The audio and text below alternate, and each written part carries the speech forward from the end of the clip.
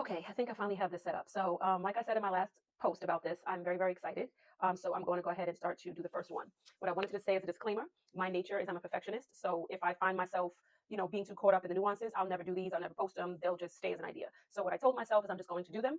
I don't, bloopers included, blunders, name it, whatever. Content creation, professionalism out the window. That's not my thing. Maybe as time goes on, I will make them a little more content creative. But right now, the purpose of this is just to get this, these lessons out, and it's going to be more of a labor of love. So I will not take the time to do all the corrections that people who do this do. So I hope that you could basically bear with me, give me grace, just take the lesson and ignore all the stuff that comes with me doing this abruptly. So I will also say I was trying to find a topic to start with that is something that a lot of people can benefit from, because even though I have about five different buckets of law that I plan on doing this with. The primary one will focus around entertainers and content creators, and that's only because that is the primary space of my law firm. And what I've been doing my whole career has been in the entertainment space. So that's just going to be the focal point. So I did want to start with something that can benefit most people. And so that's copyright. And that is something that I feel like at least most people are familiar with. So I'm going to try to break it down in a way that is helpful, especially now in this digital age. I'm also going to say, so that you guys bear with me, I'm going to intentionally talk slow, because one of the benefits that I took from as I taught law school, and I would get feedback from students at the end of the year, the school would ask the students about their feedback on me as a teacher, as a professor. And I had great reviews, but I also had some that would mention she talked fast. I naturally talk fast. I was born this way. My mother spoke fast. So it takes effort for me to slow down, because I have to remember not everybody can keep up with my pace of speaking. So not only have I written things down so that I can try to succinctly and slowly explain this stuff, but again, bear with me if I speed up. If there's a question, if I said something too fast, just send me a DM and I'll do my best. So today I wanted to discuss what is a copyright, right? First and foremost. So a copyright is a form of legal protection for creators, and it covers everything from books, songs, um, art, anything that you have turned into a tangible form of art. That would be pretty much what would be a copyright, can cover that. I mean, when I say tangible, not an idea, but the execution of that idea. So I'm just trying to make sure I cover everything. So, and I'll put it to you this way. So in addition, so the copyright itself, once it's created, you already have copyright protection. Let me just start with that. So for people who've heard about the Mail Yourself, the song, all of those things technically are valid copyright protection, but it is not your best form of copyright protection. It is a very, I'll call it low level protection.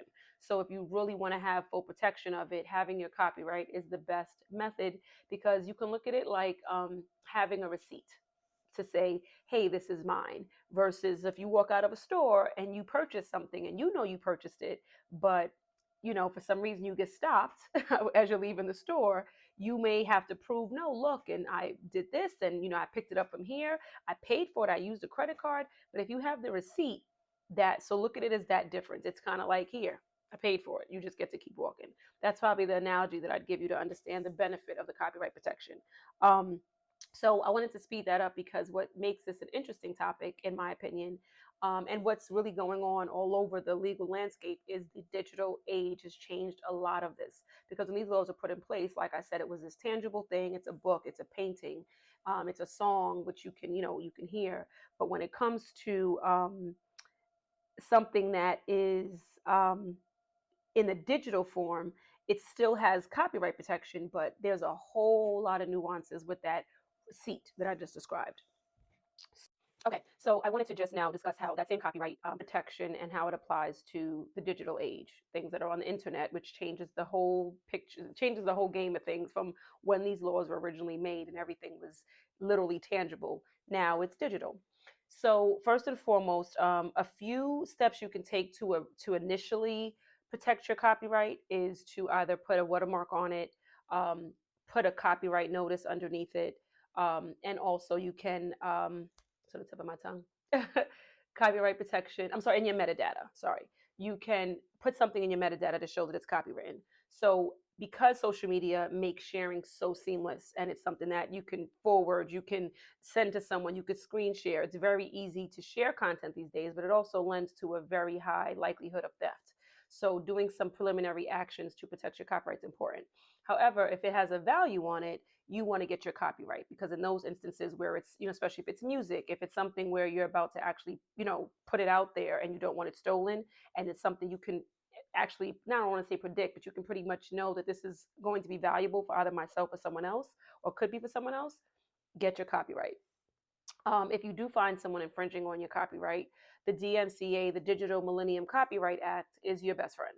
So that is something that was new, that a law that came about once the internet became a big deal, and there were a lot of different people that had to fight for different laws to protect their rights. And so now there's an act that makes it pretty simple to just file a takedown notice.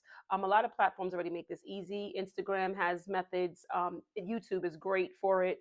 So if you have content on these places, you can easily just basically let them know, and they'll take it down and allow the person who put it up to prove it's theirs. YouTube is more favorable to the copyright owner, and there's quite a few. That's just one that comes to the top of my head that is usually pretty straightforward. But Instagram has it, YouTube has it, and Etsy. I know those are three that do have different online methods that help you get your stuff taken down, or someone infringing taken down. Okay, so I'm going to switch gears real quick to licensing. So I don't want people to think when it comes to copyright, it's all about protection, and making sure nobody's using it, because at the end of the day, you did create it with the intention to make some money from it. At least most content.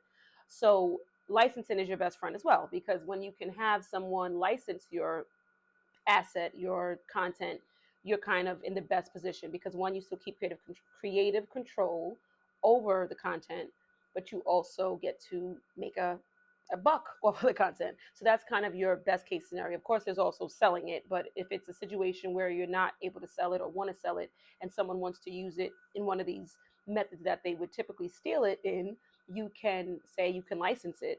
And that is the benefit, again, of having the copyright, because then you can license it.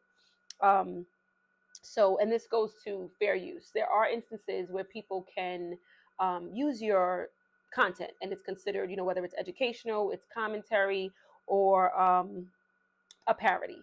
So if it's a situation where someone's just making fun of it, like kind of like SNL does, and that's just the first parody that comes to mind, or if it's something for teaching purposes, or something that's commentary, which is kind of like the news. Those are instances where someone can use it and you're not going to be able to monetize. However, not everything falls under fair use, and that is a common argument in courts, that something is fair use versus someone who's saying, no, this is not fair use. Usually, if you're making money off of it, it's not fair use. But that's a rule of thumb that's not a bright line rule. Obviously, somebody could argue that the news is making money off of their network, so it's not. I don't want you to confuse that. But typically, a good way to kind of look at it, if you do see someone teaching, you don't want to bother maybe trying to go file a case, because it's like, okay, they're teaching, that's under education.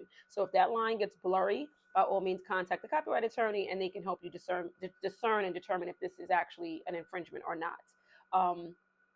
So I will give some examples of people who don't always know that they have protection, and they could be losing out.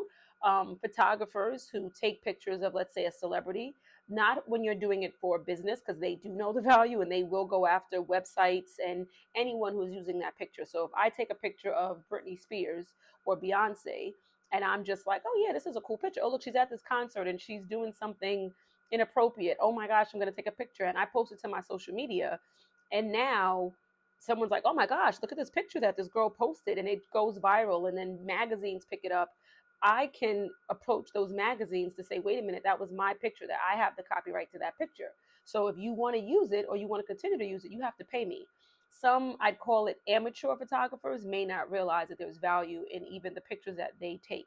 So if they, again, want to put the copyright language underneath it, if they want to watermark it, some of them may not think to do that, but even after the fact, you can approach entities who are using, let's say, a picture, and say, hey, that's mine. So that is an example of the inverse of fair use, where someone's like, oh yeah, that's not a big deal. No, it is. And all of your content is valuable, and has, even if it doesn't have meaning to you, it does have a monetary value if you want it. So protecting your assets or your content is important.